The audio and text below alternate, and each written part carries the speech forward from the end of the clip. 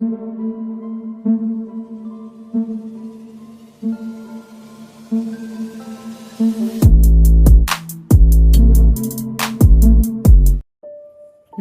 दोस्तों, scary story official में आप सबका स्वागत है। आज की कहानी की तरफ बढ़ने से पहले चैनल को सब्सक्राइब कर लीजिए और अगर कहानी अच्छी लगती है तो प्लीज़ लाइक एंड कमेंट करना मत भूलिएगा। कहानी बहुत ही ज़्यादा डरावनी है और बहुत ही खौफनाक है। ध्यान से सुनिएगा कहानी को और पूरी सुनिएगा कहानी। तो कहानी है रेवती और राजेंद्र की, जो एक ऐसी स्थिति में फंस गए थे जिन्हें वो घर छोड़ना पड़ा। ये दोनों शहर में रहते हैं, इनकी नई नई शादी हुई है। रेवती गांव की लड़की है और शादी के दूसरे दिन ही शहर आ गई थी, क्योंकि राजेंद्र शहर में नौकरी करता था एक फैक्ट्री में। अब ये गांव से आई थी, बहुत सीधी और सरल लड़की थी और शहर में वहाँ का रहन सहन बोल चाल ये सब इसको नहीं आता था, तो वहाँ पर एडजस्ट होना बहुत मुश्किल था। धीरे धीरे दिन गुजरते जा रहे थे और रेवती अब उसे उलझन होने लगी थी, उसे गांव की याद आ रही थी। तो एक दिन उसने राजेंद्र से बोला कि क्यों ना हम गांव चलें और वहीं पर तुम कुछ काम कर लो। राजेंद्र भी राजी हो जाता है, क्योंकि उसे भी यहाँ अच्छा नहीं लग रहा था। उसने सोचा गांव चलेंगे, वहाँ माँ और पिताजी हैं, उनके साथ रहेंगे तो अच्छा रहेगा। तो एक दिन ये डिसाइड करते हैं, अपनी फैक्ट्री में जाते हैं और मालिक से अपना हिसाब करते हैं पूरा और वहाँ से गांव के लिए चल देते हैं। अब रेवती तो बहुत खुश थी कि चलो अच्छा है, वहाँ हम लोग रहेंगे और मम्मी पापा रहेंगे तो अच्छा रहेगा। गांव जाते हैं और राजेंद्र के माँ बाप बहुत खुश होते हैं कि चलो बेटा बहू घर आ गए हैं।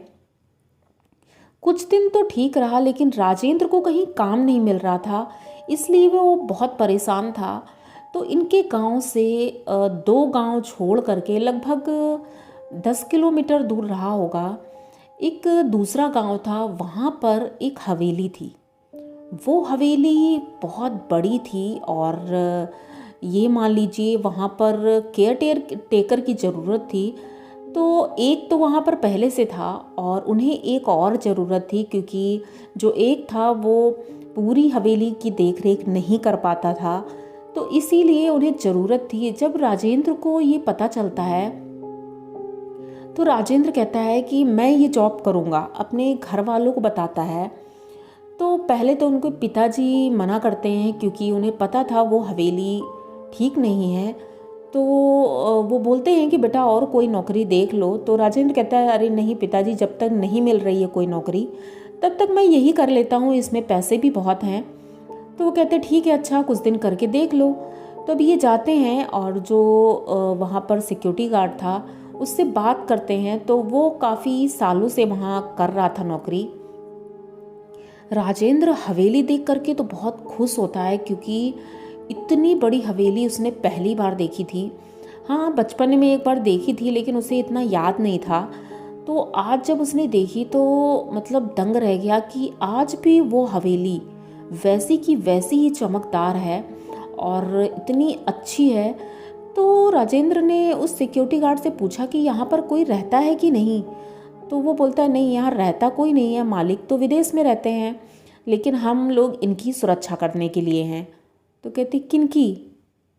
तो कहता है मतलब ठीक है कुछ नहीं, अब धीरे धीरे जब रहोगे तो समझ जाओगे तुम सब कुछ। तो राजेंद्र को कुछ समझ नहीं आता ये क्या बोल रहे हैं। अब रात होती है, रात से शाम को 6 बजे से और दूसरे दिन सुबह 6 बजे तक ड्यूटी थी और राजेंद्र को इस काम के बहुत पैसे मिल रहे थे। राजेंद्र उस दिन अपने घर से खाना वाना खाकर टिफ़िन पैक करके निकल जाता है और वहाँ पहुँचता है तो वहाँ जो दूसरा सिक्योरिटी गार्ड था उसका नाम पवन था। पवन वहाँ गेट के बाहर ही मिलता है और राजेंद्र को काम समझा देता है कि यहाँ पर 2 गेट हैं और दोनों गेट में हम लोगों को पहरा देना है, क्योंकि अंदर बहुत कीमती सामान है तो कोई चोर डकैत ना आ जाए इसलिए। राजेंद्र कहता है कोई बात नहीं है, वहाँ पर एक बाहर रूम बना होता है सिक्योरिटी गार्ड के लिए, तो इनको वहीं बैठना था।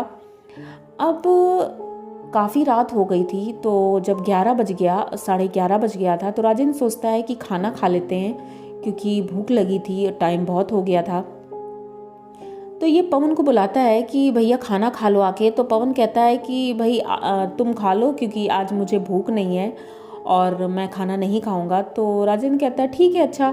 तो राजेंद्र खाना खाने के लिए बैठता है। जैसे ही अपना टिफ़िन खोलता है तो देखता है कि उसके टिफ़िन का सारा खाना खराब हो गया है। अब राजेंद्र को समझ में नहीं आता है कि अभी शाम को ही तो खाना बना था, 4 बजे खाना बना था और 5 बजे मैं वहाँ से निकला था, तो तब तक तो खाना ठीक था, इतनी जल्दी खाना कैसे ख़राब हो गया। मतलब ऐसा लग रहा था उसमें फफूंद लग गई है और इतना बुरी बदबू आ रही थी उसकी। इसने तुरंत वो खाना फेंक दिया और जैसे ही खाना फेंका तो उसने देखा वहाँ पर ढेर सारी चींटियाँ लग रही थी। ये देख करके राजेंद्र डर जाता है। अब उसे भूख लग रही थी लेकिन अब कुछ कर भी नहीं सकता था क्योंकि रात बहुत हो गई थी और सारी दुकानें और होटल्स बंद हो चुके थे। राजेंद्र पानी की बोतल निकालता है, पानी पीता है और अपने उसी रूम में बैठ जाता है। वहाँ पर एक खिड़की थी बहुत बड़ी सी, उसी खिड़की के ठीक सामने उसने अपनी कुर्सी डाल रखी थी और हाथ में डंडा था। वो बैठा बैठा अब उसे झपकी आने लगी थी, नींद आ रही थी।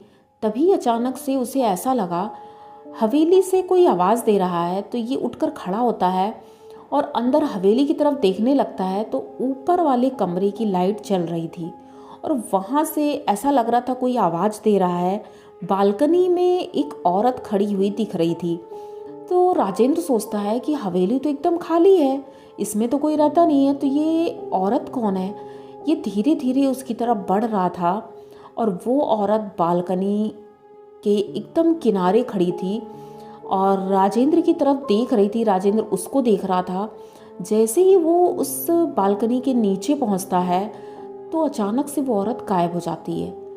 राजेंद्र ये देख करके एकदम से चौंक जाता है। वो बाहर जाता है, पवन से मिलता है, पवन को बताता है। तो पवन राजेंद्र की तरफ देख करके एकदम से चौंक जाता है।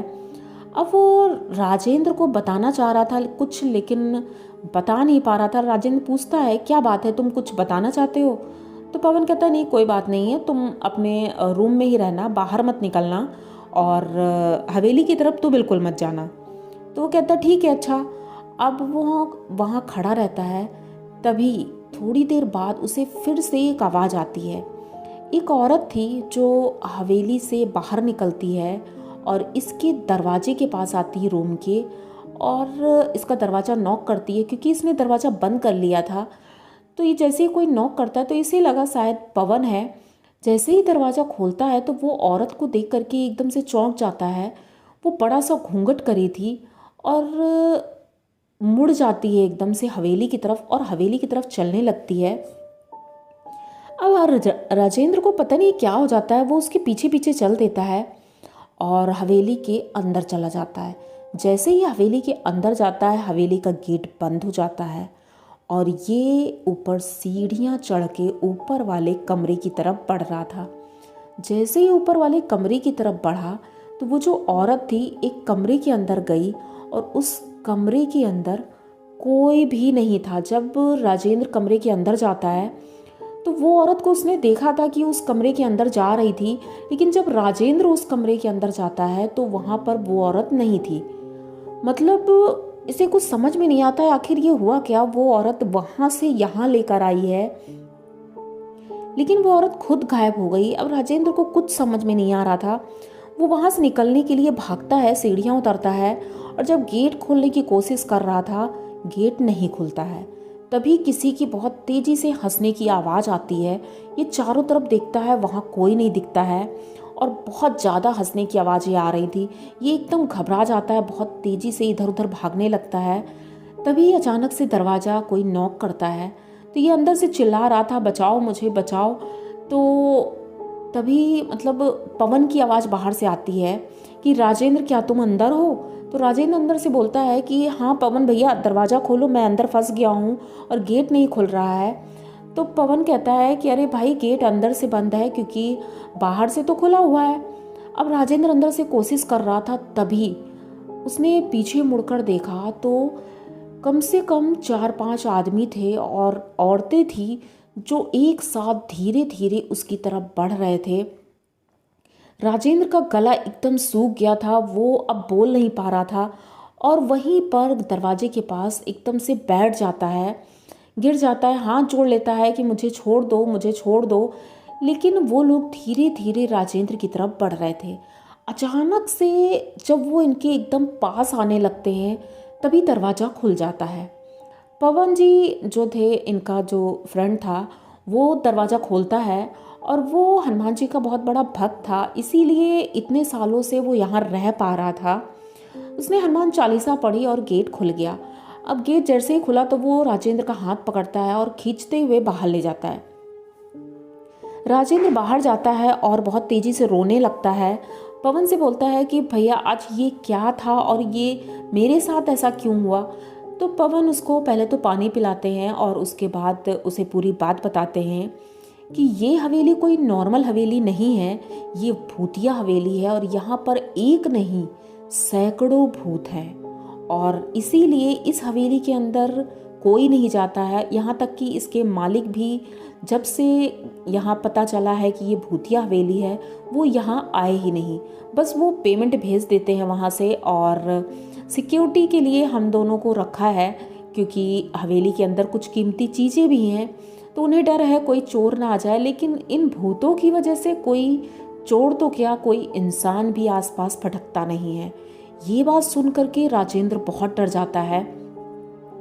अब राजेंद्र सोच रहा था कि मैं ये जॉब नहीं करूँगा। पवन इसको इसके रूम में छोड़ करके चले जाते हैं अपनी जगह पर, क्योंकि दोनों गेट पर रहना ज़रूरी था। अब ये राजेंद्र बैठे बैठे सोच रहा था कि अब मैं कल से ड्यूटी नहीं आऊँगा, अब चाहे कुछ भी हो जाए। दूसरे दिन सुबह होती है और सुबह जब ये, पहली बात तो सो गया था, आधी रात के बाद ये सो गया था। जब सुबह इसकी नींद खुलती है तब तक 7 बज चुका था और जब ये बाहर निकलता है तो देखता है पवन जी जा चुके थे। आज पहला ही दिन था लेकिन बहुत दुखी था ये कि ऐसा क्या हुआ। जब ये यहाँ से जा रहा था, अपना इसने झोला उठाया और थोड़ी दूर ही पहुँचा था तो एक गांव के मतलब बूढ़े बुज़ुर्ग आदमी थे, वो आ रहे थे। तो उनसे ये पूछता है कि दादा ये हवेली के बारे में आप कुछ जानते हैं? तो कहते हैं हाँ बेटा जानता तो हूँ, लेकिन तुम्हें क्यों ज़रूरत है ये पूछने की? तो राजेंद्र बताता है कि मैं यहाँ नौकरी करता हूँ, सिक्योरिटी गार्ड हूँ और अभी कल ही ज्वाइन किया है मैंने। और यहाँ पर जो पहले से नौकरी कर रहे हैं पवन भैया, उन्होंने बताया ये भूतिया हवेली है और यहाँ पर सैकड़ों भूत रहते हैं। तो दादा पहले तो चौंक जाते हैं, फिर कहते हैं हाँ एक बात तो तुम्हारी सही है बिल्कुल, क्योंकि ये हवेली भूतिया हवेली है और इस हवेली के पास शाम को 4 बजे के बाद कोई भी नहीं गुजरता है, क्योंकि यहाँ पर बहुत सारी आत्माएं हैं जिन्होंने कई लोगों को अपना शिकार बनाया है। जो इसके अंदर जाता है वो जिंदा वापस नहीं आता है। अब राजेंद्र कहता है मैं तो अंदर गया था लेकिन मुझे तो कुछ नहीं हुआ।